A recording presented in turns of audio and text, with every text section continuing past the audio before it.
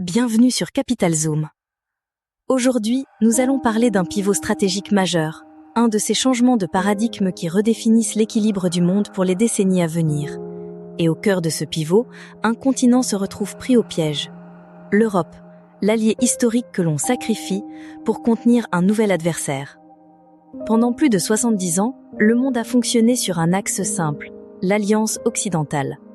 Dans ce schéma, les États-Unis étaient le leader incontesté, mais l'Europe était bien plus qu'un simple subordonné.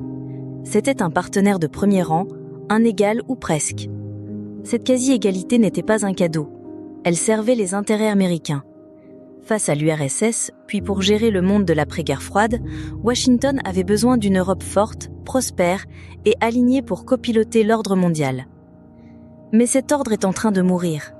La montée en puissance de la Chine, son alliance de fait avec la Russie et l'émergence des BRICS comme un bloc économique et politique cohérent représentent le premier défi systémique à l'hégémonie américaine depuis des décennies. Et ce nouveau monde place l'Amérique face à un dilemme existentiel. Dans l'ancien monde, Washington pouvait gérer sa relation avec une Europe forte. Dans le nouveau, face à un compétiteur de la taille de la Chine, le luxe d'avoir un allié puissant mais aussi potentiellement autonome devient un risque. L'Amérique ne peut pas se battre sur deux fronts. Elle ne peut pas faire face au bloc de l'Est tout en s'inquiétant d'une Europe qui pourrait jouer sa propre carte. Alors, l'Amérique a fait un choix stratégique, un choix logique de son point de vue. Consolider son camp. Et cela passe par deux actions majeures. Premièrement, renforcer son précaré, son contrôle sur le continent américain. Deuxièmement, et c'est ce qui nous concerne directement, mettre fin à l'illusion d'égalité avec l'Europe et la ramener au statut de vassal. Et l'outil principal de cette vassalisation est économique. L'accord commercial récent, négocié avec l'administration Trump, mais dont la logique perdure, en est l'illustration parfaite. Quand les États-Unis imposent des surtaxes sur nos produits et que l'Europe, en réponse, refuse d'appliquer la moindre réciprocité, ce n'est plus de la négociation. C'est un acte de soumission. Quand l'Europe s'engage à acheter massivement l'énergie américaine, elle ne fait que troquer une dépendance contre une autre, plus alignée sur les nouveaux intérêts de Washington. Ce traitement n'est donc pas une humiliation passagère, c'est la mise en œuvre d'une nouvelle doctrine. L'Europe doit devenir une zone économique dépendante et sécurisée, un atout contrôlé dans la nouvelle grande confrontation mondiale, et non plus un pôle de puissance autonome. Le problème est que dans cette partie de poker menteur, l'Europe se présente à la table avec très peu de cartes en main.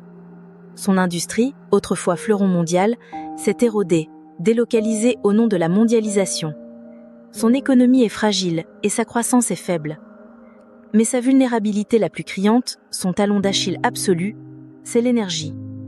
Pendant des décennies, le continent a pu compter sur un approvisionnement en gaz russe bon marché qui alimentait son industrie et maintenait un coût de la vie acceptable. Cette ère est révolue, et pour longtemps. Et l'illusion d'un remplacement par un allié bienveillant s'est vite dissipée.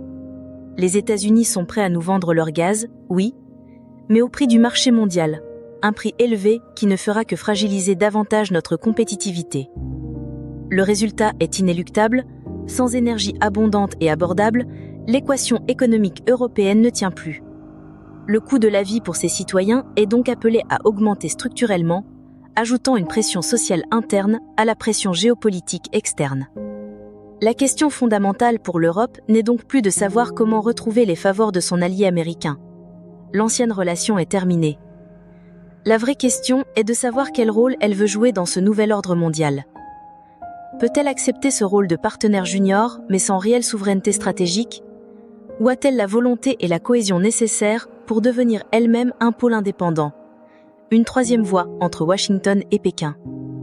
Le réveil est douloureux, car il force l'Europe à abandonner le récit confortable de l'Alliance occidentale qui a défini son identité pendant près d'un siècle. Mais il est absolument nécessaire. Car il est peu probable que les États-Unis puissent garder un contrôle total sur le monde, et dans le jeu qui s'annonce, les places seront chères. L'Europe peut-elle opérer cette révolution mentale ? Votre analyse nous intéresse en commentaire. N'oubliez pas de vous abonner pour continuer à décrypter ces grands enjeux avec nous. Capital Zoom. L'économie, au-delà des évidences.